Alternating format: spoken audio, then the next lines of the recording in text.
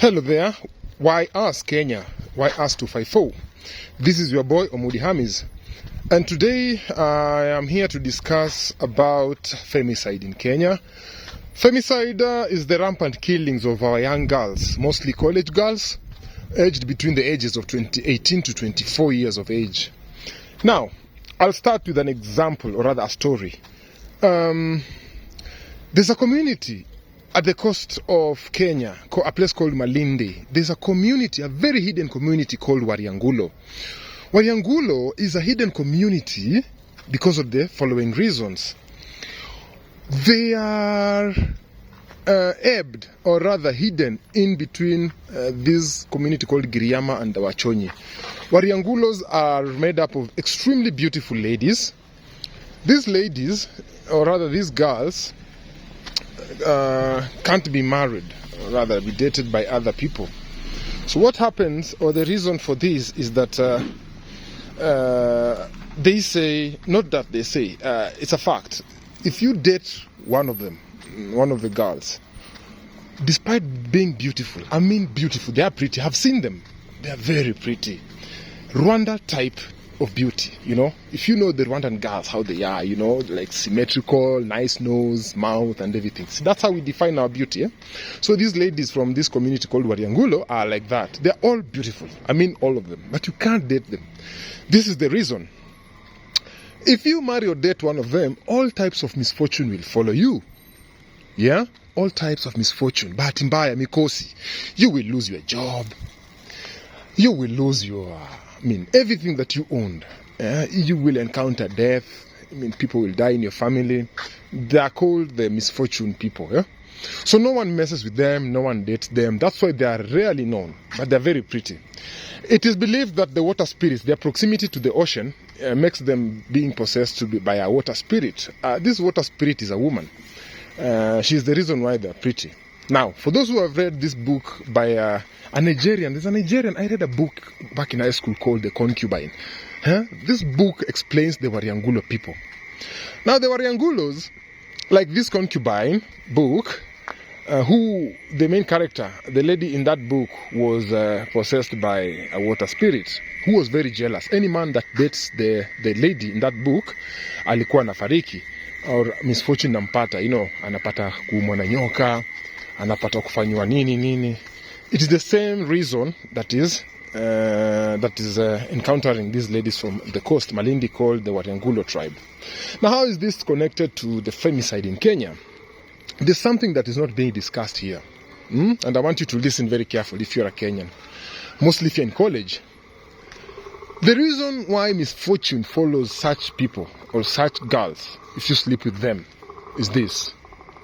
This water spirit is in charge, or rather is what is believed to be the cause of women to women dating. Mwanamke kwa mwanamke. Ulele. Ukiwa lele, there's something I've discussed a lot in my previous videos. Uterus, a woman's womb, is only one. It used to belong to the moon, or rather Lilith, the so-called Lilith that we discuss in a lot of mythology. Artemis. Lilith, alikuwaga mwenye, the first woman, the sister to the sun, alikuwaga the owner of this uterus. But because of her sleeping with other demons that God didn't want, is the reason why God was angry, akamnyang'anya. And the womb or the uterus was given to our woman, our black woman now, our newly created Eve. When the spirit of Eve or Venus was created, your uterus ilipewa yeye. So there's a tug of war between these two, or rather these other spirits. There's a tug of war between the children of Hermes and the sun, Nilot, Bantu na Kushites, huwa tunapigania hii uterus pamoja na nani? Na huyu mwanamke Lilith. Lilith ndio mwanamke anayeitwa mzungu. There's surrogacy in India, a big industry in India whereby Indian women wanashika mimba on behalf of wazungu. Ni kwa sababu their uterus was taken from them and given to our African girls. Listen up very carefully. This spirit is the one that has problem with us. That's why if you ever encounter ama ukiingilia story ya ulele, if you are found to be bashing or talking bad about lesbianism, you will find a lot of problem from the Western world. They will make you broke. They will not kill you. They don't have any right to kill you, but they will make you broke because they control money. They control the economy. Are you getting what I'm saying? Now, how is that connected to these killings that are happening in Kenya? The tug of war between her, because in a democratic world, an African woman has a right to choose whether her uterus will serve her stepmom, which is a white lady, or it will serve who? It will serve us. I've explained that in another video, so stay ingilia sana.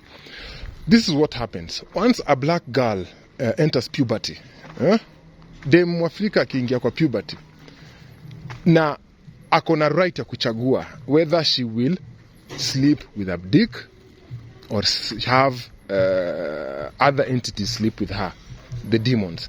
She can only sleep with a demon through animals like a dog, ama fanye nini, ama atumie dildo.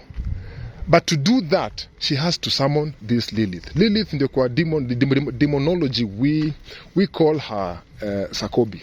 Sakobi ndio umsummon. For you to summon Sakobi, you require a virgin uterus. And inakuwa summoned by another woman stimulating her clitoris. When that happens, dem moja akistimulate dem mwingine apate orgasm, atakuwa summon huyo dem. Amesummon Sakobi. When that happens, that uterus by default belongs to her. Are you understanding what I'm saying? Now, problem begins when now a normal relationship starts. Huyu dem sasa anaamua, nimejaribu the other side, sioni kama ina make sense. I need children, I need a boyfriend, I need money or something. So anakuja anafanya nini? We call them bisexuals. Huh? There's no bisexual in lesbianism. Now that's where the mistake begins. Now you as a man, ukifanya ya kulala na udem kichwa ngumu ama bila kujua, you will encounter what other men encounter when they date people like Wariangulo. Now that is where the problem begins. For Kenyans, it is not a big deal. Utajipata tu mesotanga maisha yako yote ujui nili happen. Kumbe ulishaiwahi date udem. But to West Africans, they know this story. That's why I've quoted that book called The Concubine. The Concubine ukisoma utayapata nimeandikwa na wa Nigeria. So Nigerians know this. They know what the water spirits because they're water people. They know this lady. You don't mess with her. She is very jealous. Uterus yenye yeye ashaitwa ndani, wewe ukuje uingize diki yako, man, udem atakumesa ile vibaya sana. Usicheze na roho ya mlami. Ndio maana mlami apendagi mchezo ukicheza na malele, hawatakagi jokes. So that is the root problem of this femicide happening in Kenya. When a Nigerian discovers that he has slept with a lady mwenye ashailala na dem mwingine, the only way to reverse that curse huwa ni kufanya nini? Ni kufanya cheki inafanyika, the femicide. Are you getting the problem? The root cause. Those are the things we need to discuss. The root problem, the root cause. That's how you end this thing. Elimisha madada zetu. If you're a mother and you have a daughter, sit them down. Waambie no. Hii dunia saizi si ya kuchanganya. You decide. Ukiingia adolescence, utaenda na Charlie direct na ukue hivyo straight. You be straight. Choose whether you'll be straight forever.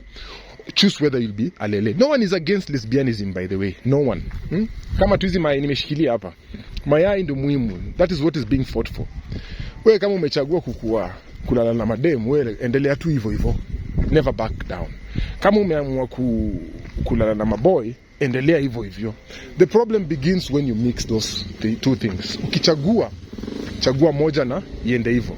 When you mix the two, your curse itafata huyo Charlie. Wewe kama ni Charlie wewe hapo hivyo unashanganga ni aje? Ulikuwa na job fit ikaisha.